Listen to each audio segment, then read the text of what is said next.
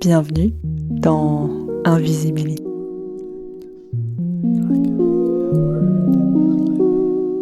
Dans cet épisode, je reçois la chorégraphe, danseuse, chanteuse Wanjiru Kamuyu. Je l'ai découverte en dansant et j'ai tout de suite eu envie d'ouvrir une conversation avec elle. Je suis très heureuse de la partager avec vous. Née au Kenya, d'un père kényan et d'une mère afro-américaine, Wanjiru Kamuyu a ensuite suivi sa famille aux États-Unis, où elle a fait de la danse son métier. Elle a débuté sa carrière à New York avant de rejoindre la France et de s'installer à Paris en 2007. Wanjiru Kamuyu a collaboré avec de grandes figures de la scène chorégraphique internationale tout en tissant sa propre recherche et en s'appuyant sur une pratique interdisciplinaire. Elle interroge, entre autres, l'empreinte que les histoires individuelles et collectives, visibles et invisibles, connues et non connues, laissent sur nos corps, la manière dont le mouvement peut permettre la guérison et la danse devenir un espace de résistance et de soins. Dans cet épisode, on parle entre autres de mémoire, d'invisibilisation, de lutte, de liberté et de la puissance et la nécessité de la joie. Merci d'écouter Invisibili, c'est grâce à vous que ce podcast existe. Vous pouvez le soutenir en vous abonnant, en mettant 5 étoiles, en commentant, en partageant. Des gestes simples mais qui sont d'une aide immense et qui permettent au projet de se développer. Je vous souhaite une excellente écoute.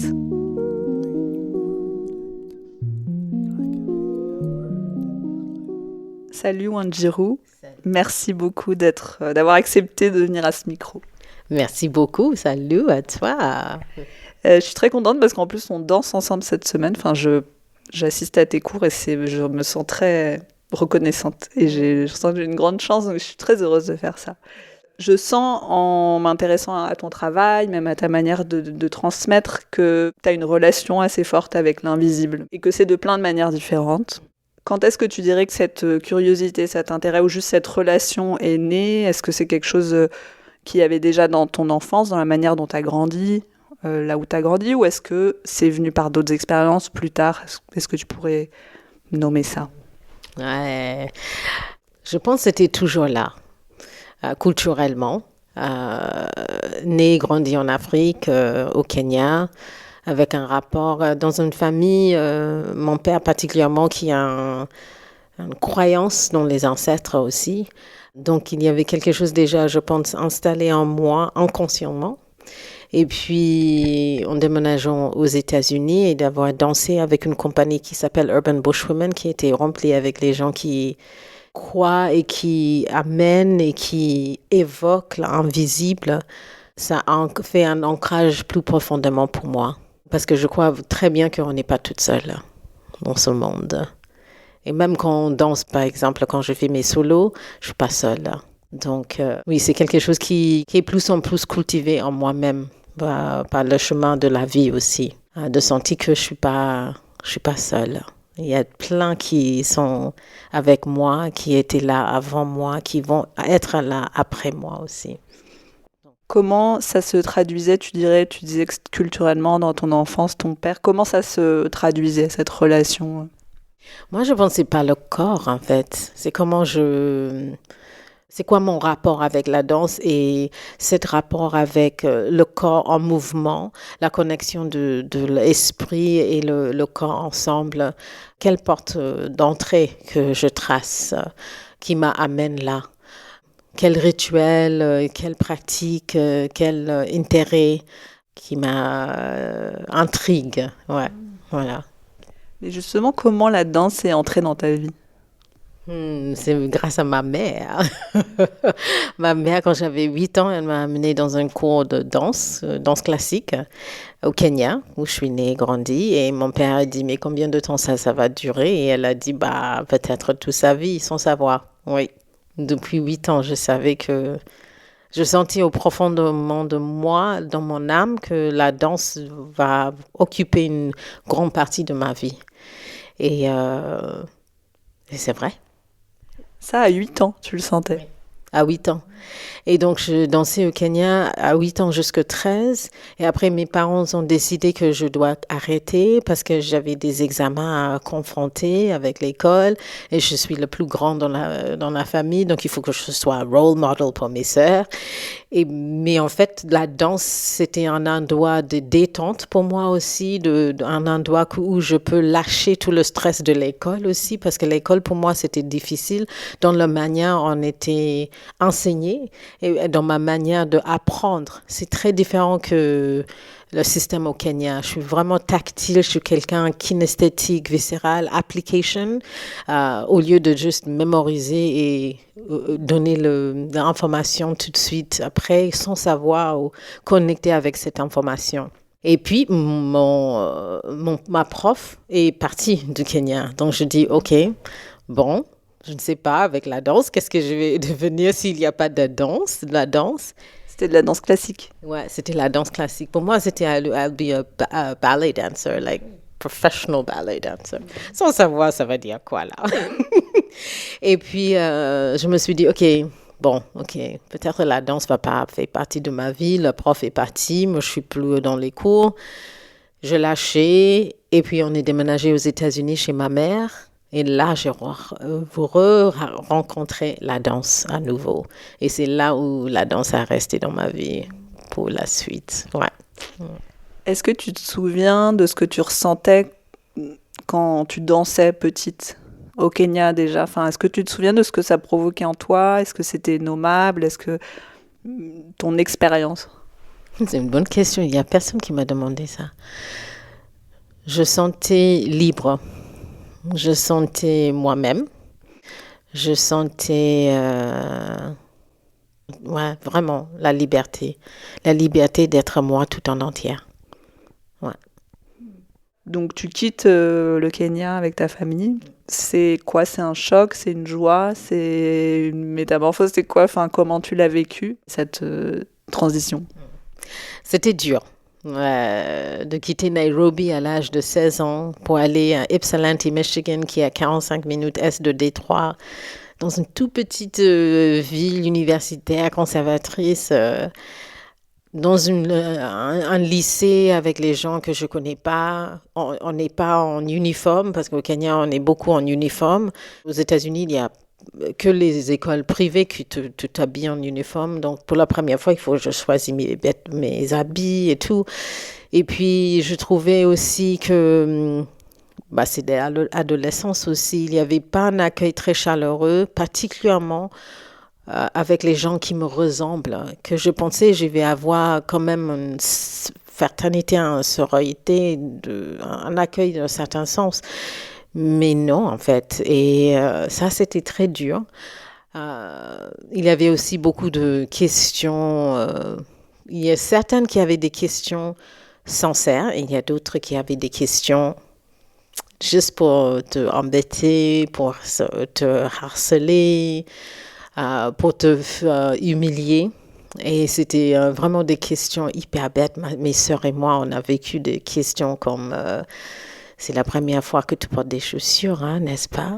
Ça va? C'est pas trop désagréable? Donc, il y avait des gens qui me disent, Nairobi, c'est comment? Vous habitez dans les arbres et vous sautez à l'arbre. C'est la première fois que tu portes des habits. Parce que normalement, hein, tu as une petite baby girafe comme animal de compagnie. Mais vraiment des choses que tu dis, mais really? Vous existez où dans le monde là? Vous pensez de l'Afrique comment là?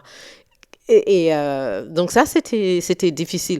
Et en plus, j'avais pas envie de faire le déménagement. Donc moi, j'étais aussi dans une résistance. J'étais aussi fermée.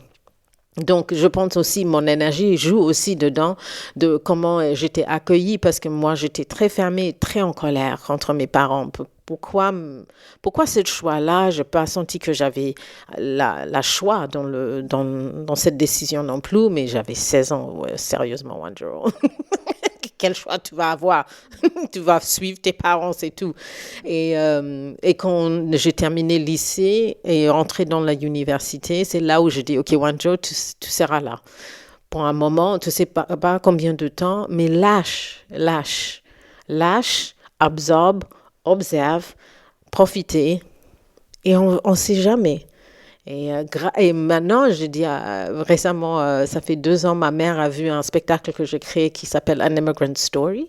Et je lui dis, avant de voir le spectacle, je lui dis, je ne vais pas aller de mon histoire, mais de ma voix de 16 ans. T'inquiète pas, j'ai vraiment beaucoup de gratitude quand on a déménagé aux États-Unis. Parce que grâce à cet déménagement, je suis danseuse, chorégraphe, professionnelle. Et je fais ce que j'ai envie de faire dans ma vie à fond. Parce que je savais que je dis, mais non, prends pas ça mal, parce que tu vas entendre les choses que...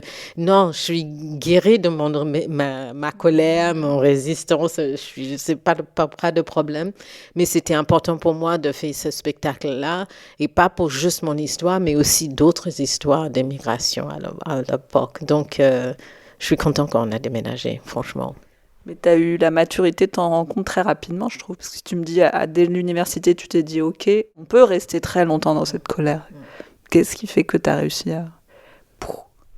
Mais je pense que c'est ma famille, mes parents sont très solaires. On ne se baigne pas dans la négativité. Et donc, je me suis dit, ça fait quoi? Ça m'a fait mal, en fait, d'être en colère. Donc, au lieu de moi d'être en colère, il faut que je lâche. Je retrouvais la danse.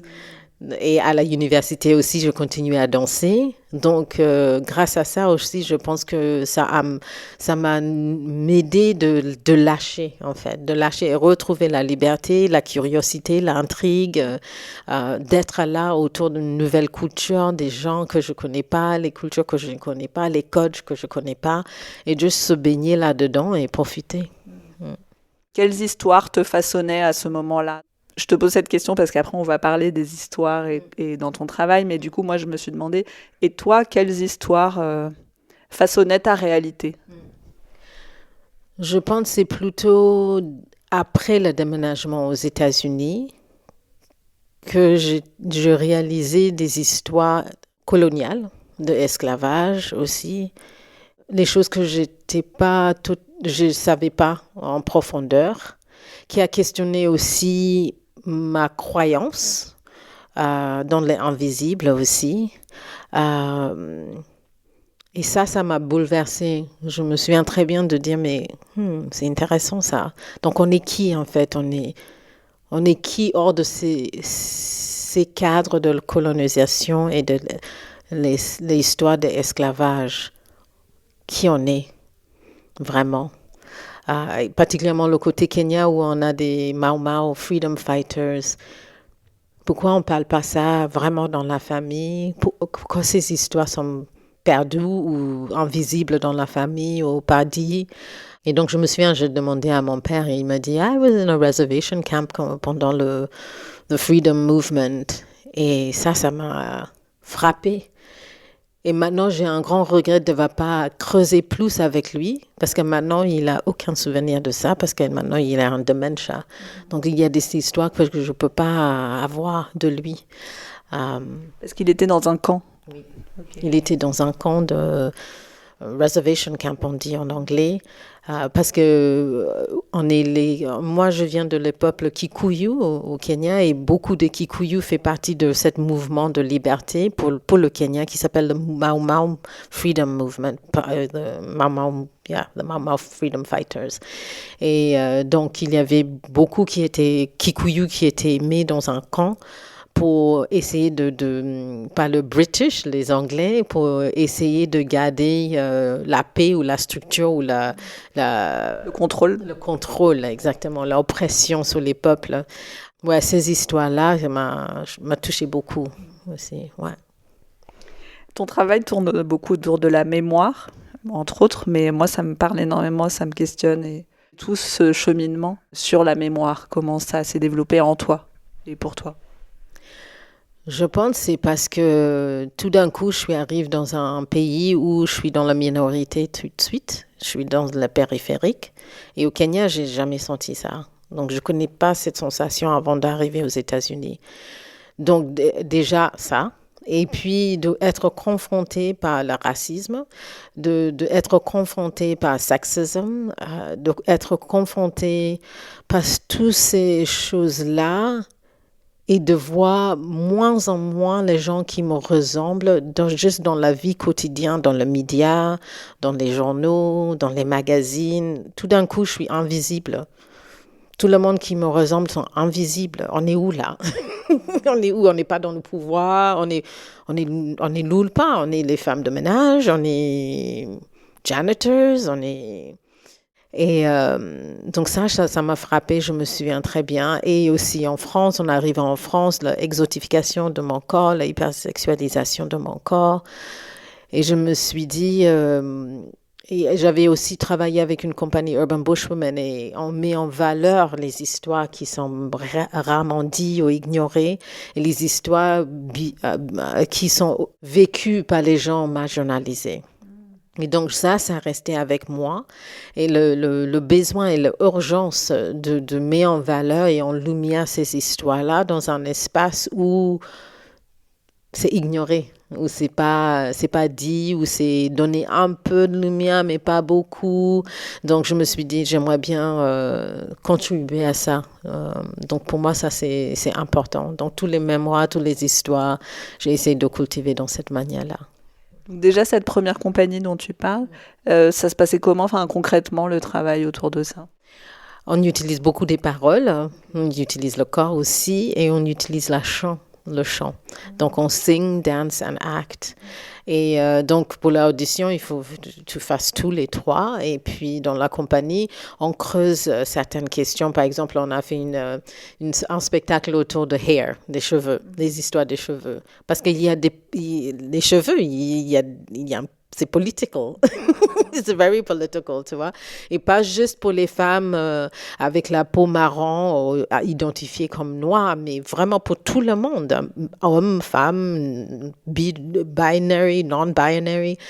Le cheveu, il y a quelque chose dans le cheveu, dans le questionnement de beauté, le standard de beauté. Et je me souviens, on a vraiment creusé ça. On a fait beaucoup de recherches, on a posé beaucoup de questions, on a fait beaucoup d'ateliers dans les communautés pour recolter les histoires, pour amener les histoires et mettre en valeur dans le spectacle. Il y avait une époque, c'était l'époque de Venus et Serena Williams.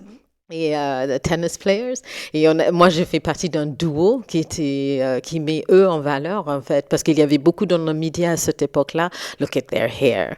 Look at their hair. Voilà. Ouais, c'est quelque chose. Donc, je me souviens de cette duo très, très, très bien.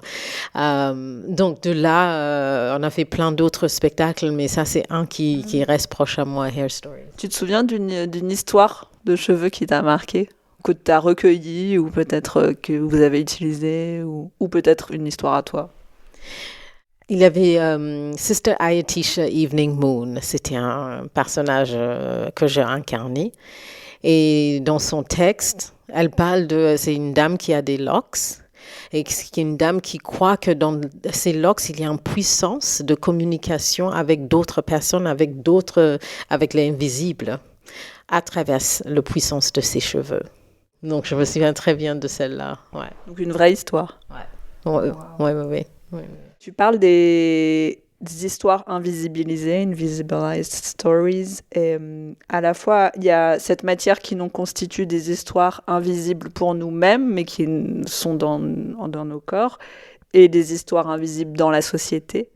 Est-ce que tu peux nous parler de ça, de comment ça se tisse aussi dans ton travail, cette question? Parce que c'est un peu le fil que j'ai pris, les histoires, parce que je vois que ça infuse depuis toujours ton travail. Avec un Immigrant Story, j'ai recolté 19 histoires. Au carrefour de ce spectacle, il y a mon histoire d'avoir déménagé à 16 ans. Mais dans le spectacle, j'ai recolté des histoires de différents horizons, donc expats, floaters, nomades, réfugiés, non identifiants, les gens qui ne veulent pas s'identifier en tant qu'immigrants et immigrantes, et de créer aussi une humanité dans certaines histoires, par exemple, et aussi de créer aussi un peu et donner des histoires qui sont étonnantes. Parce qu'on réfléchit en pensant les étiquettes ou les images qu'on voit quand on parle d'un immigrant, c'est toujours quelqu'un qui me ressemble. Rarement quelqu'un qui a un peau très, très clair. Donc, j'ai quelques histoires là-dedans qui sont super. Parce que ça bascule ça bascule qui est dans la minorité et qui est dans la majorité. Et aussi une histoire qui me touche beaucoup, c'est Shukuru qui ne veut pas quitter l'Afrique, même s'il est réfugié à Kakuma au Kenya. Il vient du Congo, mais il ne veut pas quitter l'Afrique. Non, il voudrait être n'importe où, mais qu'en Afrique. Et pour moi, ça, c'était une histoire hyper importante. Donc, toutes ces histoires que je recultais, je commençais de réfléchir, OK, pour le spectacle qui suit Fragmented Shadows, qu'est-ce qui se passe avec ces histoires qui sont imprimées dans notre corps? Comment le corps gère ces histoires? Et particulièrement des histoires qui étaient assez difficiles, très courageuses, mais audacieuses et très horrifiques, en fait, juste dures. Qu'est-ce qui se va passer en 10 ans dans leur corps?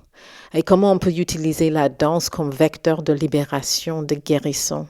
Parce qu'il y a des histoires en nous ancestrales, transgénérationnelles, qui sont transmises transgénérationnellement, qu'on ne sait même pas qu'elles sont là. Et c'est pas nécessairement toujours traumatique, ça peut être la joie aussi, donc, ou entre les deux. Ou des dons. Oui, exactement, complètement. Et donc, j'avais envie de creuser ça et entrer dans cette propos de utiliser le corps le mouvement comme une clé pour ouvrir les choses dans le corps, pour créer un détente dans le corps et pour avoir un souffle, un profond souffle à expiration. Parce que aussi, à ce moment-là, j'étais épuisée. C'était Covid, pendant la création d'An Immigrant Story, il y avait George Floyd qui était murdered in the States et beaucoup de gens qui m'appellent pour me dire « Are you okay? You okay? » Yeah, mais je suis fatiguée avec tout ça, franchement fatiguée avec tout ça. Donc je me suis dit, toutes les histoires qui sont imprimées dans nos corps, je sais que ça peut aussi créer les maladies. Dis-ease. Donc, on peut tomber malade sans savoir pourquoi, mais c'est parce qu'on n'a pas traité quelque chose dans l'intérieur de nous émotionnellement. Quand tu dis que tu étais fatiguée à ce moment-là, fatiguée de ce qui se passait ou fatiguée qu'on vienne te poser la question? Parce que les deux. Ouais, j'étais fatiguée les deux. Et en fait, moi, je me souviens, la première fois, je retournais au Kenya. Non, c'était pas la première fois, mais la deuxième fois que je retournais au Kenya, c'était en 2014. Et j'ai réalisé, en fait, combien de stress que tu portes et la défense aussi tu portes et les épaules qui montent vers les oreilles parce que tu es dans un espace où tu reçois beaucoup de microagressions et macroagressions juste parce que ton phénotype est gendre aussi. Et quand je suis arrivée au Kenya, je me souviens, je dis « Ah, je peux respirer. Ah, c'est safe. » Et c'est cette fatigue-là, dans cet espace-là, je me suis dit, je sens l'urgence de continuer de faire le travail chorégraphique pour amener les histoires invisibles dans le visible. Mais en même temps, comment je peux continuer d'utiliser ma danse et exprès, pas un spectacle, le côté guérison, pour me guérir. Et aussi qui est autour de moi et avec moi sur scène, et en espérant qu'on donne cette énergie et cette envie, cette curiosité, intrigue pour le public qui sont les témoins de ce spectacle. Tu parles des histoires imprimées dans nos corps, archivées. J'ai lu que tu disais que tu parlais du corps comme une bibliothèque ou comme un musée. Et j'aime bien cette idée. Et moi, j'ai réfléchi, je me dis, tiens, dans un musée, qu'est-ce que j'imagine? Ok, il y a les œuvres exposées aux yeux de tous, et puis il y a les sous-sols où tu as les œuvres non exposées, les œuvres cachées, les œuvres... Donc, moi, je sais pas, c'est l'image qui m'est venue du sous-sol. Est-ce que, toi, il y a des histoires qui sont remontées à ta conscience? Est-ce que c'est des choses qui remontent ou c'est juste une détente du corps et donc lâcher ces histoires? Ou est-ce que ça dépend? Pour moi, je pense que ça dépend. Moi, en fait, pour Fragmented Shadows, j'ai eu la chance d'avoir une résidence avec la Villa Albertine aux États-Unis. Donc, je creusais la question des histoires transgénérationnelles qui étaient passées par le côté de ma mère, African-American. Et donc, j'avais la chance d'être aux États-Unis pendant 3 mois pour vraiment faire la recherche. Et j'avais des entretiens avec epigenetic scientists. Et on a vraiment creusé les questions parce que moi, ma question, c'était qu'est-ce qui se passe dans le corps cellulaire quand on confronte quelque chose de traumatique, comme être un esclave, et comment ça c'est transmis transgénérationnellement dans le chaîne de la famille. Et comment on peut guérir de ça, comment on peut remodifier le corps cellulaire. Est-ce que c'est possible par le mouvement? Est-ce que c'est possible par l'alimentation? Est-ce que c'est possible par la façon dont on pense, optimiste ou pessimiste? Est-ce que c'est possible? Et en creusant cette question-là, c'est clair que d'avoir le corps en mouvement et d'être en méditation, de faire du yoga, de faire la danse, les pratiques somatiques aussi, qu'on peut ouvrir le corps pour remodifier cette corde cellulaire, pour après transmettre un corps plus sain à our legacies. Nos descendants. Nos descendants, exactement. Ma question, c'était particulièrement qu'est-ce qu'on a vu dans les communautés africaines-américaines à travers nos histoires aux États-Unis, qu'est-ce qui se passe dans nos corps? Parce que j'avais lu avec Epigenetic Studies qu'il y a des communautés juives qui ont été étudiées ou qui ont fait des études, qui ont vu qu'il y a une disposition plus forte de angoisse et de post-traumatic stress syndrome. Mais parce que syndrome post-traumatique. Oui, et parce que les Africaines-Américaines, on a vécu beaucoup de racisme dans le milieu médical, qu'on n'a pas de confiance, donc on ne va pas faire les études comme ça, on ne va pas faire les studies comme ça, les scientific studies, parce qu'on a vécu des choses très traumatiques. Donc, il n'y a pas beaucoup des études. Mais par contre, pendant cette interview avec des epigenetic scientists, j'ai rencontré une qui m'a dit il y a beaucoup d'asthme dans la African American community. C'est la communauté avec le pourcentage le plus élevé d'asthme. Et je lui dis, mais est-ce que tu penses que c'est lié aussi à notre histoire avant de même arriver aux États-Unis, dans the barrels of the ship? Quand tu es coincé, plus que des sardines, ton système respiratoire est coincé, tes poumons, tes diaphragmes sont bien coincés qu'à un bout d'un moment, tu ne peux pas respirer. Dans les cales des bateaux. Oui, dans les bateaux. Pour moi, ça fait sens. En tant que quelqu'un qui habite dans son corps, ça fait sens comme ça tout le temps. À un bout d'un moment, je vais avoir une maladie de sort. Donc, elle me dit, ouais, peut-être ça c'est le cas. Mais Epigenetic Studies, c'est très jeune, c'est 100 ans. Et donc, pour les scientists, c'est pas assez de temps d'études pour dire concrètement oui ou non. Oui. Mais si, comme je dis à eux, si on est là pour 10 minutes et on juste respire, et expire et reste dans une méditation de connexion avec notre souffle, on va voir que notre blood pressure va descendre. Et tout le monde a dit oui. Nous, on est d'accord. Mais dans le science, il faut qu'on ait plus de temps pour dire oui ou non. Mais c'est trop intéressant qu'il y ait déjà eu des études sur d'autres populations. Exactement, ouais, vraiment. Et donc pour moi, c'était important de creuser cette question-là. Est-ce que tu connais l'histoire de ta mère? Je connais un peu, on ne connaît pas tout. Mais on vient de Alabama, Birmingham.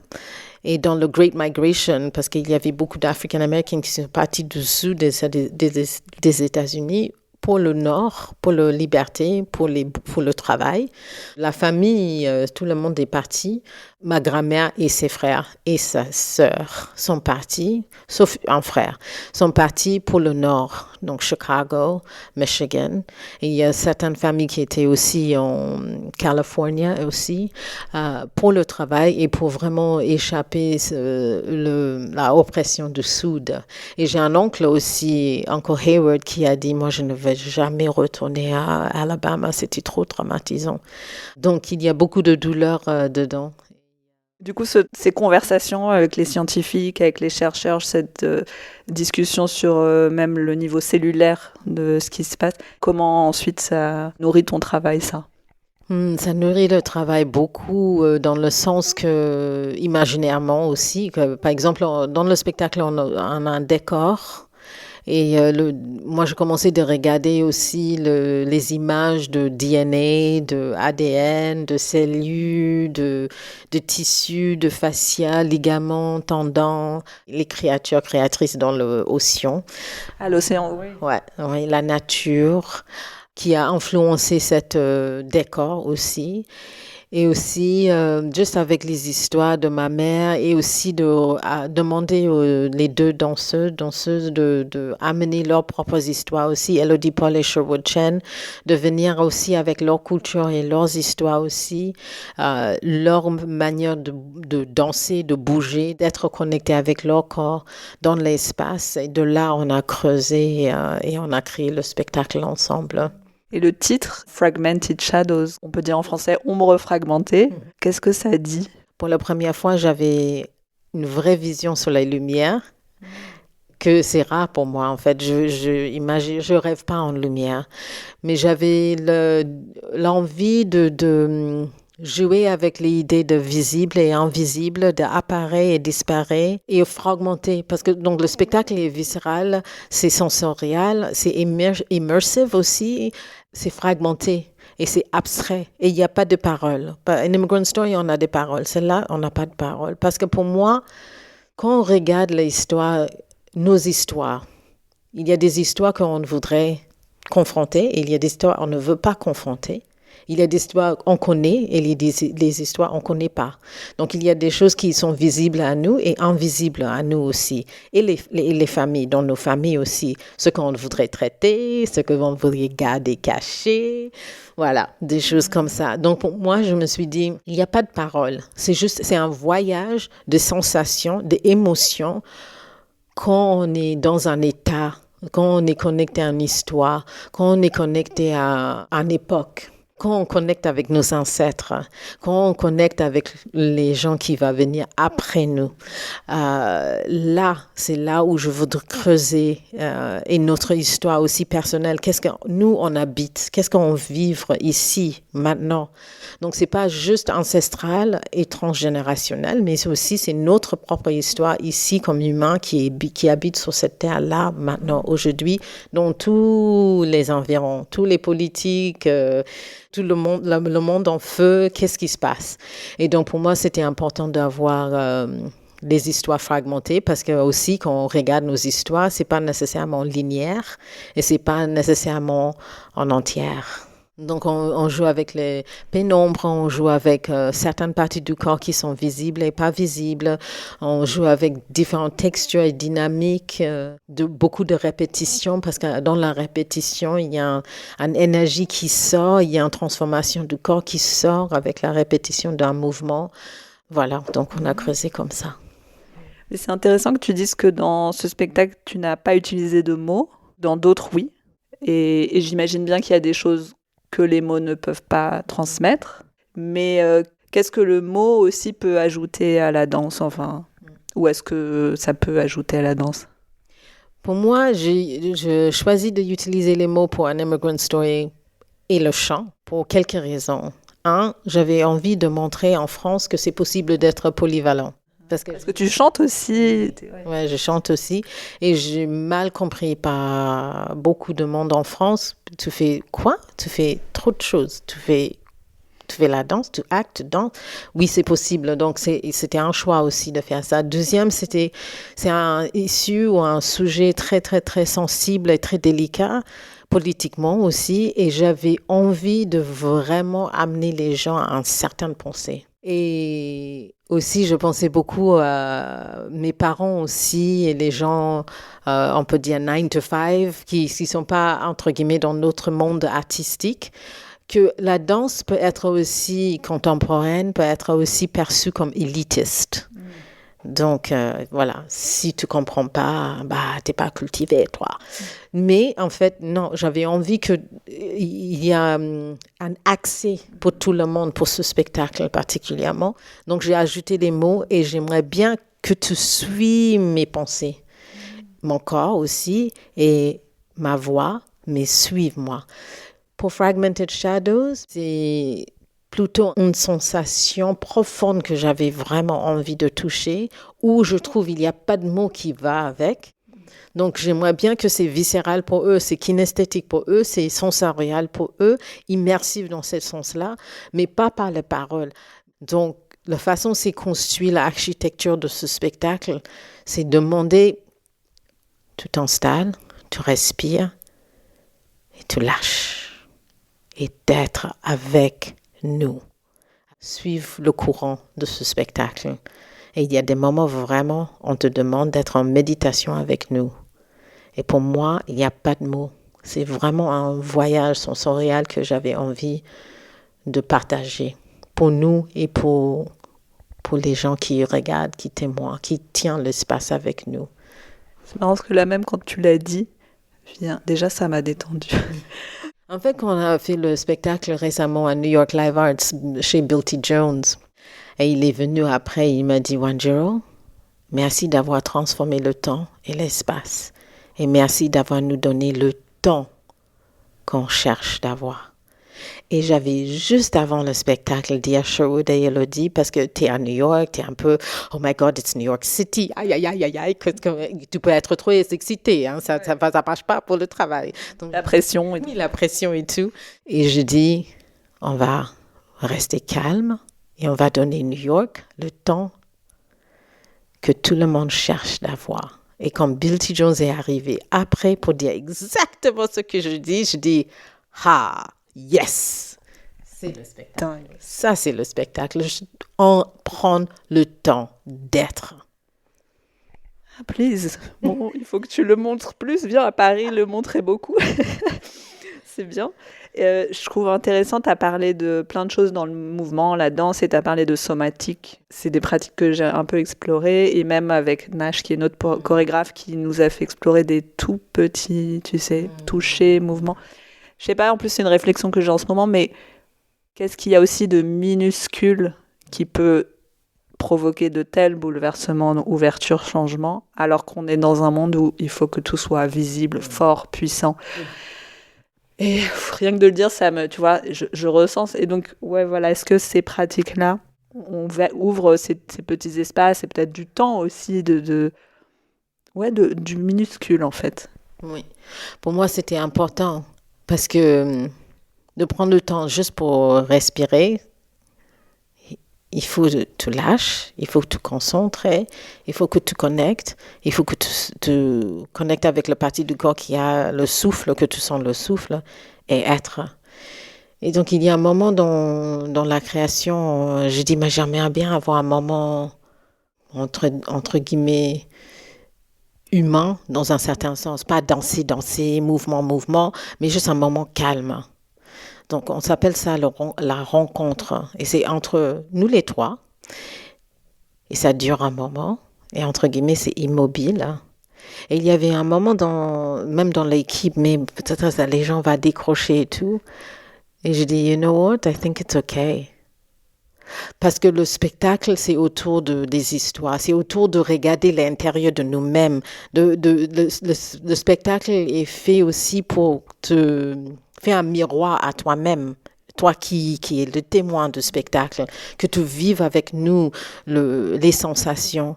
Donc si dans ton siège, pendant la rencontre, que tu commences de sentir je décroche ou je suis pas confortable ou ça dure, toutes ces sensations, pour moi, c'est exactement pourquoi on fait le spectacle en fait.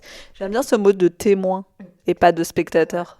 C'est important parce que c'est même pas un spectacle, c'est une expérience vécue. Et donc, on a les témoins et vivent avec nous parce que c'est inconfortable. Il y a des moments inconfortables de regarder nous-mêmes dans le miroir. Vivre avec ça, être avec ça, baigner nous-mêmes en ça. Et c'est important aussi parce que quand on regarde nos histoires qui ne sont pas joyeuses et faciles, ça nous met mal à l'aise. Donc, ça fait partie du voyage, de l'expérience en fait. C'est peut-être aussi ce qui bouge mais qu'on ne voit pas bouger. Exactement. Parce que j'ai dit somatique mais les gens ne savent peut-être pas ce que c'est. Et si tu peux en parler, si ça fait partie de ton travail. Et tout ce qui est sous la peau, les fasciates, enfin tous ces trucs qu'on ne voit pas mais qui en fait portent à chaque instant nos corps en fait. Et en fait, on avait Marion Blondeau qui est venue pour Fragmented Shadows, la création, pour travailler la fascia.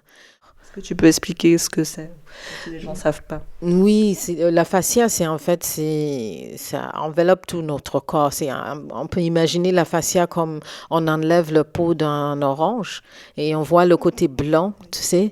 Ça, c'est la fascia dans le corps. Ça nous protège, c'est là et nos histoires sont imprimées aussi dedans. Et donc, si on peut, il y a une thérapie de fascia pour créer un détente et un lâcher prise pour guérir le corps. Donc, à travers cette thérapie-là, et on avait déjà vécu une partie de la création, elle a nous aidé de juste toucher différents points d'exploration, d'expérimenter avec certaines choses un peu plus en profondeur. Et c'était génial d'avoir Marion dans l'espace parce que je suis dans le spectacle, ça m'a donné un moment de pas être le leader de container de l'espace, mais que elle prend et moi je suis là et je absorbe et je fais partie de l'expérience au lieu de donner l'expérience. Voilà. Et aussi en tant que yogi, parce que moi je donne des cours de yoga, je pratique le yoga depuis très très longtemps, d'être en connexion avec soi, juste le souffle, c'est délicieux.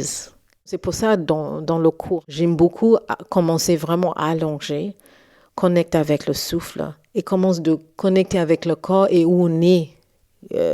C'est quoi l'état de notre corps et notre esprit et de commencer de explorer notre corps, comment on est un enfant, comme l'enfant en nous, découvrir pour la première fois, entre guillemets, les mains, les doigts, les tout, et comment ça bouge aujourd'hui, pas comme hier, mais aujourd'hui. Et j'utilise le mot bouge pour souligner le mot de pas danser, mais de bouger, de être en mouvement. Comment on peut être en mouvement pour ouvrir le corps et pour créer une détente dans le corps pour qu'on est plus disponible pour danser plus tard. Oui, parce que danser, il y a déjà une structure, une idée. Et aussi, quand on dit danse, les gens pensent autre chose. Mais j'aimerais bien que tu vois, vivre et savourer notre corps en mouvement. Et c'est délicieux, je confirme. C'est incroyable. C'est délicieux et c'est là pour moi où la danse existe. C'est là où c'est né. Savourer notre corps en mouvement, en connexion avec l'esprit, l'âme et le corps. Justement, dans tes cours, j'ai la sensation qu'à chaque fois, c'est comme si tu ouvrais un espace rituel et qu'on referme à la fin. Regarder le ciel, toucher le sol, remercier les ancêtres. Ça me parle beaucoup. Donc, est-ce qu'il y a cette dimension rituelle, cérémonielle et de connexion en fait avec les ancêtres ou autre chose? Oui, complètement. Complètement. Et l'autre jour, je dis, le plus en plus je suis dans ce métier, et le plus en plus je suis dans la danse, et la danse est avec moi, le plus en plus je suis connectée à ces rituels, en fait, et que c'est plus en plus important pour moi. Parce que la danse, c'est pas que la danse. C'est un endroit d'être ensemble. It's a fellowship moment. C'est un moment de commune with each other. C'est un moment de guérison pour nous, individuellement, mais aussi collectivement, d'être dans un espace chaleureux humain. Avec toutes ces technologies, les écrans, l'isolation très forte en ce moment, de manque de connexion humaine, just eye to eye, les yeux aux yeux. Oui, ce qu'on a fait, même les câlins, on se fait pas assez de câlins. Je ressens ça tout le temps ici. Enfin, c'était trop beau, ça aussi. Oh, merci. Parce que aussi, je trouve que c'est important de sentir l'un et l'autre. Donc, pour moi, c'est plus en plus important d'avoir ces moments de rituel, de humanité, de tout simplement d'être et de se baigner dans ce chaleur humain. Il y a aussi une autre notion que j'ai beaucoup aimée dans ce que tu transmets, c'est la notion de la joie, que je sens que tu transmets, que c'est là qu'on arrive en fait dans ta transmission. Enfin oui, donc il y a cette guérison, cette connexion au corps, mais pourquoi ? Parce que bon, on peut passer une vie à guérir, tu vois, je sais. Je te disais, il y a un compte Instagram qui s'appelle Healing from Healing. Et du coup, cette joie, enfin voilà, je sens que c'est un truc qui est qui semble important dans ce que tu veux transmettre et même dans tes mots, dans ton énergie? Pour moi, parce que particulièrement en ce moment, il y a beaucoup de feux qui sont dans le monde et il faut qu'on rappelle que tout n'est pas mauvais. Hein? Il y a de l'optimisme, il y a du soleil, il y a toujours un silver lining in all. Hein? C'est ce que mes parents m'ont apporté. Et Silver lining, j'adore. lining. Un fil d'argent. Ouais, exactement, dans tout. Et en fait, en ce moment, j'ai créé un bal. Je suis en train de finaliser le bal, mais c'est ancré dans la joie. Et la joie comme un acte d'activisme, l'acte de peaceful protest, un acte de soin collectif et individuel, un acte de rêver pour les meilleurs lendemains, un acte d'être juste ensemble. Pour donner un espoir, pour donner le courage de continuer pas après l'autre. Et le bal s'appelle Shangwe. Shangwe, ça veut dire la joie en Kiswahili, la langue régionale de Afrique de l'Est où je suis née et grandi. J'ai toujours porté cette énergie avec moi. Et maintenant, comme tous mes spectacles, je cible avec une intention très précise sur un point. Et pour moi, c'est important, particulièrement maintenant. Ouais. Et c'est pas un joie vide. Parce que c'est important de rester optimiste, mais pas ignorant de ce qui se passe dans le monde. Même s'il y a certaines qui ne veulent pas entendre la joie comme résistance, pour moi, c'est pas un projet de escapism. We're not escaping life. Right? We're giving each other strength so we can confront what's going on. Donc, c'est pas un moment de juste échapper et rester dans un nuage en train de dire qu'il y a rien autour de nous qui est mauvaise. Non. Je ressens plus comme une flèche chez toi. Exactement. Et qu'on peut utiliser cette joie parce que dans l'histoire coloniale et de esclavage, on a utilisé toujours la joie, la voix, le corps pour notre libération. Apartheid. We sang, we danced. Yeah? The Mau Mau. We sang in Kenya, right? We danced. Civil rights movement. African Americans in the street. We sang and we danced, right? You march. Juste de marcher, de faire une manifestation, ça c'est mouvement. C'est déjà la danse. Pas après l'autre, et touchant avec jusque le moment où tu arrives de lâcher prise et d'avoir un sourire, et même si les larmes tombent des yeux, c'est une façon de manifester sans violence. Et c'est important. Donc, cette joie-là, c'est ce type de joie que j'amène dans Shangwe et que j'amène avant même de créer Shangwe et que je continue d'amener dans mes cours avec moi. J'amène ça avec moi où je vais. Alors, j'ai une dernière question.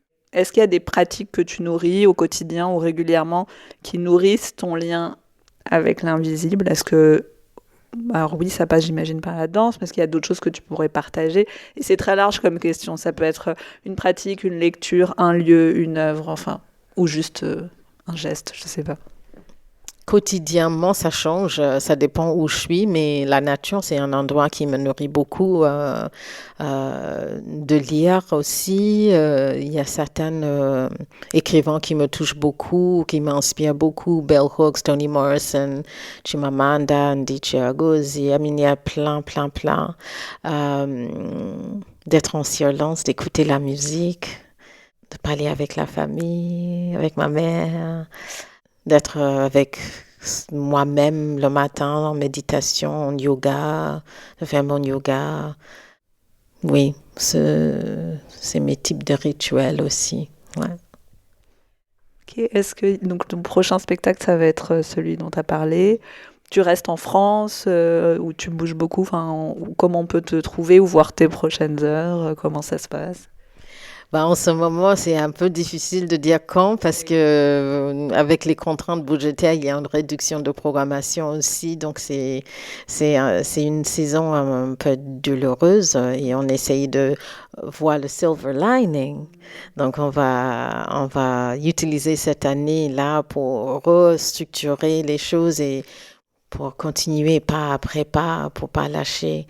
Mais Shangwe, on va faire une version de Shangwe aux subsistances à Lyon le 14 juillet à 20h30 et qui va nous amener vers les feux d'artifice de 14 juillet. Ça va être dans le cours, dans l'installation d'une œuvre qui s'appelle la Accardia. Et puis avant le 14 juillet, je suis invitée, carte blanche on peut dire, et je vais appuyer, être inspirée par l'architecture, la structure de Shangwe, le bal, pour construire un autre bal que j'appelle Pamoja. Et Pamoja en Kiswahili, ça va dire ensemble.